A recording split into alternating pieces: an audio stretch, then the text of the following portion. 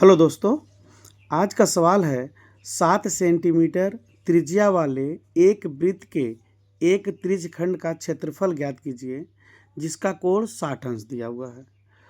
इस तरह का क्वेश्चन एग्जाम में आता है और इस तरह क्वेश्चन को हल करने के लिए सबसे पहले जो दिया रहता है हम उसको लिख लेते हैं। एक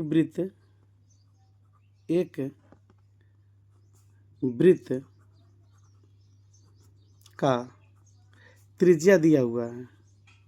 त्रिज्या को हम लोग आर से शो करते हैं, आर से। तो आर बराबर कितना दिया है? 7 सेंटीमीटर दिया है। आर बराबर दिया है कितना? 7 सेंटीमीटर।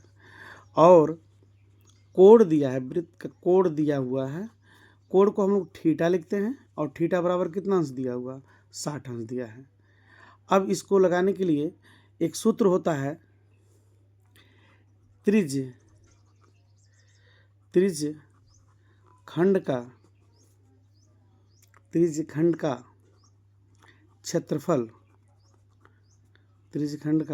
क्षेत्रफल, इसका फार्मूला होता है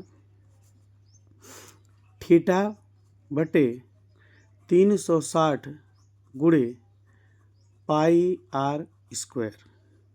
ये फार्मूला है, आप लोग को इसको याद करना चाहिए, यह याद होना चाहिए। इस सवाल को लगाने के लिए ये फार्मूला ज़रूरी है।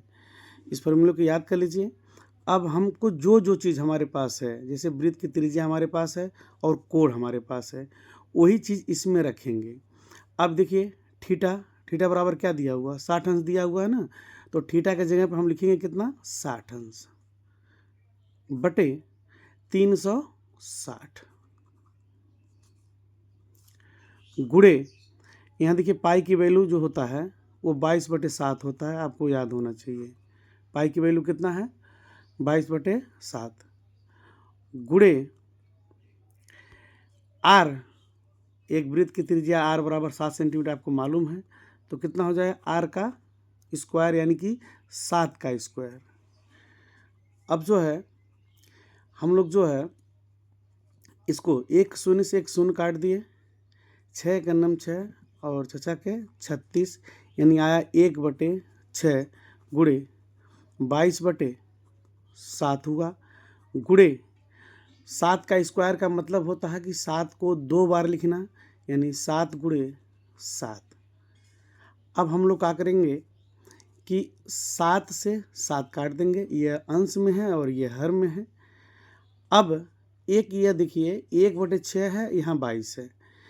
6 को 22 से काटेंगे तो एक ऐसी संख्या पकड़ना है जो दोनों कट जाए। जैसे हम 2 कर रहे हैं, 2 से काट रहे हैं, 2 3 6 और 11 दूना 22, 2 बार में दोनों कटा है।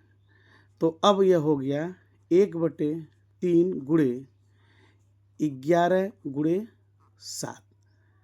अब हम इसको लिखेंगे, 11 में 7 का गुणा करेंगे तो 11 7 77 और यहाँ लिख देंगे बटे 3। ये होगा वर्ग, यहाँ पर सेमी में है तो वर्ग सेमी। यही हमारा राइट आंसर होगा।